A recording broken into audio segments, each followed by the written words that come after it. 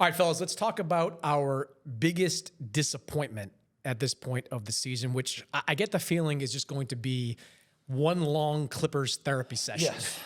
Now, because the Clippers have got to be by far and away the biggest disappointment. Grant, where do we start with the Clippers and what's happened with them this year? It's hard because I was inspired by the Clippers last year.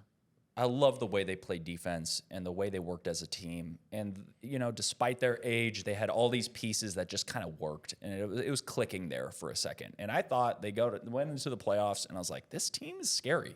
They could do some things. And they go into the offseason, and I'm not going to lie, I actually liked some of the moves they made. I'm one of those people. I got duped. I was like, I love the addition of Brook Lopez. I wasn't a Bradley Beal guy. Norman Powell to me was, somebody that just made sense for them. But there was a lot of moves that they made where I was like, okay, I see it. I liked just Chris Paul being on the team and just being able to settle things down. John Collins, and they acquired Bogey from the Atlanta Hawks. I don't know who made that trade. But, I just sometimes when older players hit a wall, it hits hard. And it comes quick. And to see this many people all at once hitting that wall it's alarming, to say the least. Kurt, the inexplicable part of all this to me is the defense. Like, they made their bones last year as an elite defensive team, top 5 in a lot of categories. They are bottom 5 in most categories right now. And yeah, they lost Norman Powell, who was a good all-around player, but the core of this team is intact for the most part. Like, they still have Zubac, who was one of the top defenders last year. Kawhi, he's been banged up, but he's relatively healthy. And yet they're so bad defensive. Like, they commit a turnover, and it's an automatic bucket on the other end of the floor. And it's driving Ty Lue and his staff through the wall with the way they're playing right now. Ty Lue the other day said something. I mean, you guys have been around him for a long time. He's one of the most optimistic people. We're going to find a way to work this out. The other day, it's like every time I've been able to figure this out, and this year I'm not figuring it out yet. I haven't been able to get there. And then tried to spin it, but was like honest, like I don't know how to get there right now. I wonder if, especially defensively, last year's 50-win season wasn't a little bit of a mirage. Maybe they weren't quite that good, and maybe they're not quite this bad. But maybe we thought that they could build off that, and there was no building off that, obviously. I'm beginning to think that maybe we just overestimated them a little, but also the Norm Powell, the way they saw it, right? It was Bradley Beal and John Collins into the Norm Powell slot. And they didn't want, and like their thing too was like Powell's contract situation played into that. Yes, absolutely. Like they didn't want to go past the Kawhi If year. you talk to them off the record, the third word out of their mouth is the 2027 books are clean, right? Like that is still the target. They're still going to pivot in some fashion, and they don't want to mess with that, which makes getting out of this current situation difficult, because if you're not taking back long-term money, how are you pulling that off? And I wonder, guys, I'll ask you something, Chris, that somebody asked me the other night. Are Ty or Lawrence Frank in any kind of trouble? Steve Ballmer is a pretty loyal guy. Yeah. And that gets repeated to me a lot by different people around the league. I don't think he's inclined to release either of those guys. That being said, it's not just the losses, it's how they're losing. Like, Memphis comes in, all banged up, you blow a 16-point lead at home.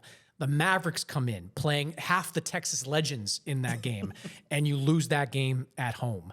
They are looking so uninspired. And they've got this road trip coming up where they're going to Miami. Gee, nobody's ever had a tough time playing in Miami with a day off. Then they go to your backyard in Atlanta. Nobody's ever had a tough time playing in Atlanta after a day off. They've got a whole bunch of road games coming up mixed around these NBA Cup games. And I wonder if they continue to play this uninspired.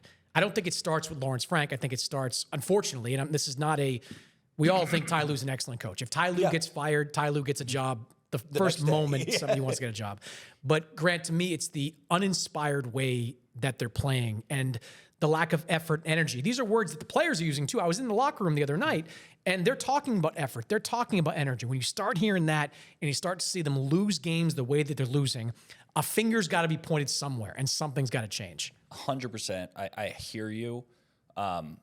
If I'm them, I don't touch Ty Lue. I keep Ty Lue, especially if you're going for 2027 and trying to. Players love Ty Lue, They do. and that is a destination to come play for Ty Lue.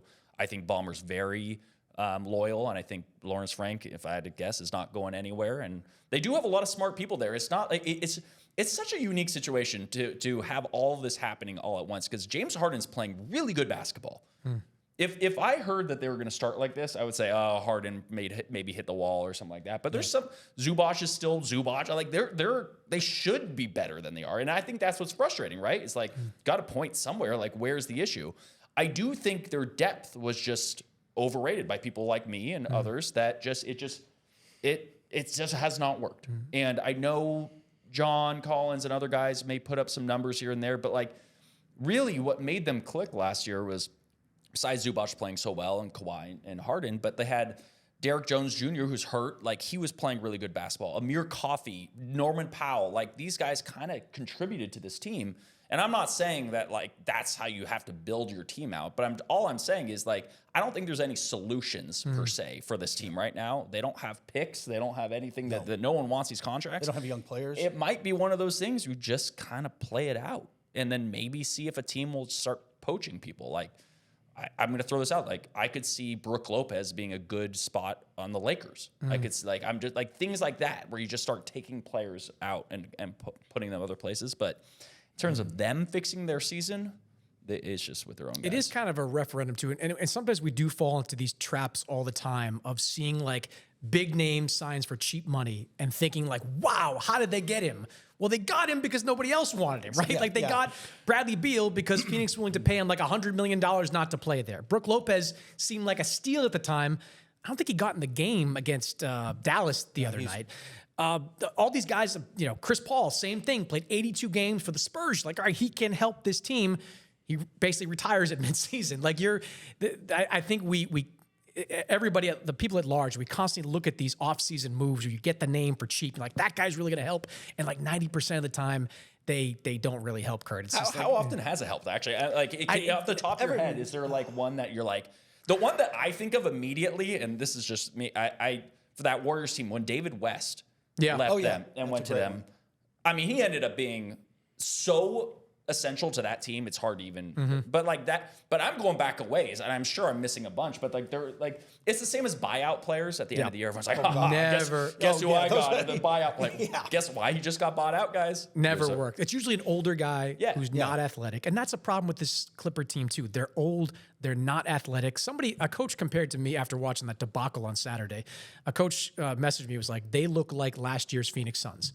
Like the Suns, who were an older team, who were kind of playing for themselves for a while. Mike Budenholzer didn't know what button to push with that group to make them better. I thought that was a pretty decent analogy, because that's what the Clippers look like right now. Like we talked about their defense.